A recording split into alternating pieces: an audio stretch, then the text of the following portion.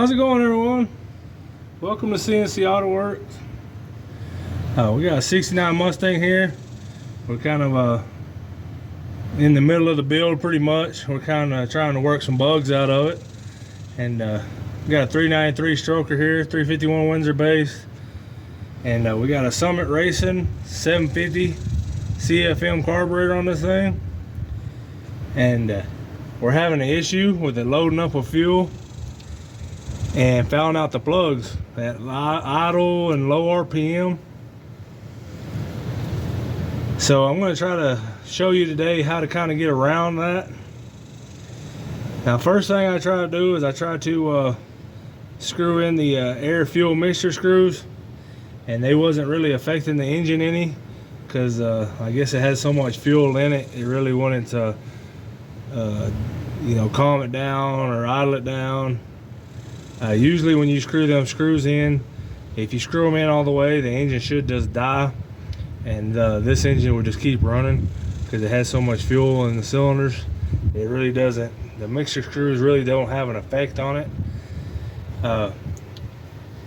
One thing you can try if it's too rich, when you are you know, cruising around and stuff and you got a bigger cam, you got to put your I can't even think of the name of them right now. What are they called? Power valves. Yeah. There we go. Power valves. You gotta put power valves in these carburetors that are compatible with your vacuum. So we've already done that. We got a 3.5 in the front, a 6.5 in the back. We got about 7 inches of vacuum. Might have to step down to a 2.5. Not real sure. But I'm going to show you a quick trick to try to lean these things out on an idle a little better. And what this is doing is trying to trick your carburetor, and it closes your idle slots on your front throttle blades, and it sees less vacuum, so it leans it out at an idle, because your idle, you're gonna be able to turn your idle down. You're not your front throttle blades ain't gonna be open as much after doing this. You'll be able to close your front throttle blades. It'll stop seeing that vacuum crossing them idle slots, and in return it should idle the thing down to clean it up and lean it out at an idle. I'm gonna get over here on the side and kind of show you. This only applies on the holley carburetors, but there is a little set screw right here on this. You can see this little arm back here on your secondaries, and there's a little set screw down here, and that set screw kind of overhangs your intake and your gasket and everything. So you can actually accomplish this with the carburetor on the vehicle in most instances. And what I got here is I got an 1/8 inch wrench, and I just got a little flathead bit. And I'm going to shove that up in there, and I'm going to give that a little turn to open them back barrels, and that's going to allow it to idle higher, so I can shut the front throttle blades to where the idle circuits don't see as much of a vacuum, to try to trick this thing into leaning out at an idle just a tad bit. I'm gonna try to get this, we just had this thing running, so everything's pretty hot, but I'm gonna try to get this in here.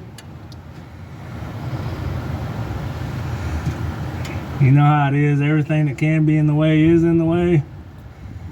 It's definitely easier to let it cool off, but then you can't really adjust it on the fly and tune it as you go.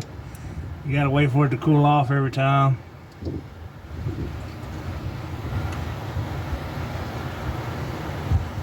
Just trying to work around everything that's wanting to burn me. I got my little bit, flathead bit in there. I'm gonna give it as much turn as I can. I don't even know, maybe 1/8 of a turn is all I get out of it. And that's about all I would try to adjust it at a time. That's why I like doing it with it actually on the vehicle, because you can adjust it little by little. Now I've just got it open just a hair more, and we're gonna try that. We've actually got a new set of plugs in here. We went to an iridium plug. I don't know if they burn any better than the double platinums that we had in here, but double platinums pretty much foul right away. They didn't. They were pretty short-lived. We had one cylinder burning decent, and all the rest of them were wet. Yeah, they're pretty wet. I mean, you could pull the plugs and get a drip of gas off of them. Soak them in a gallon of gas. So we're gonna fire this thing up and let it idle a minute, and see if it starts loading up or if it idles pretty clean. I don't know if the 750 is really too big, and it might be. But I mean, I've seen a lot of guys run a 750 on 302, but maybe their driving habits are a little bit different than just your everyday cruiser or whatever. And like I say, we've been trying to work some bugs out, so this thing's been idling a lot, and that might be some of it. But that's just one little trick to try to lean it out without spending a bunch of money on jets. I mean, the same thing kind of applies for all your holley carburetors. I mean, this carburetor is built similar to a holley, but it's definitely different. The whole top of this comes off. It don't have the metering blocks in it like a holley, and the other chingaletas, the power valves are in a different place. They're on a holley, they're in the metering blocks, and on these, they're down here. The accelerator pumps. Yeah, they're just right beside the accelerator pumps, front and back.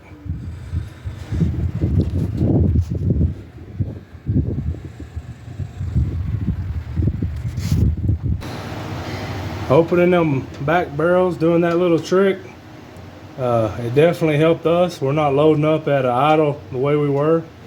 You can sit there and let it idle 5-10 minutes and it don't load up. We actually pulled a plug, and the plugs are burning pretty clean now. But just keep in mind, there is a point to where you can open that back barrel too much and it doesn't pull a vacuum across them idle slots at all, and it will not idle.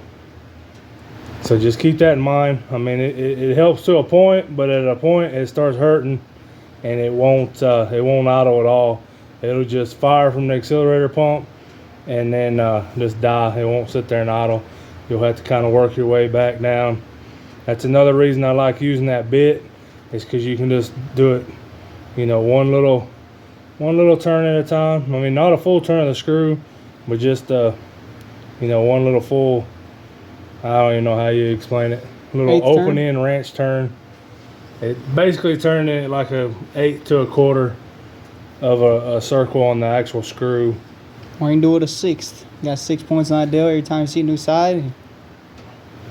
But that's a good thing about holley carburetors over like your L-Brock style.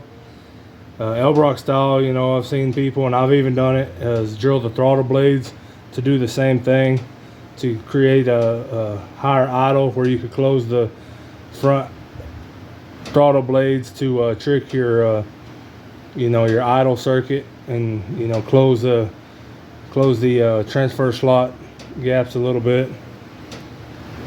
But hopefully this will help somebody. And like I say, this usually only pertains to after a cam install or something. Without a cam, you definitely probably want a driver with a 750 on it, and that's for sure, because you're going to probably drown that poor thing. And then a 650 on this thing probably would have been more than good enough, but we decided to step it up. And then plus, on this model of carburetor, the 650s only come with a vacuum secondary, and we really prefer the mechanical secondaries, because once you get in the vacuum secondaries, the bigger cam you get, you start losing your vacuum, and then the secondaries becomes an issue too. But hopefully this helps somebody. Thank you for watching, and until next time, guys, we'll catch you later.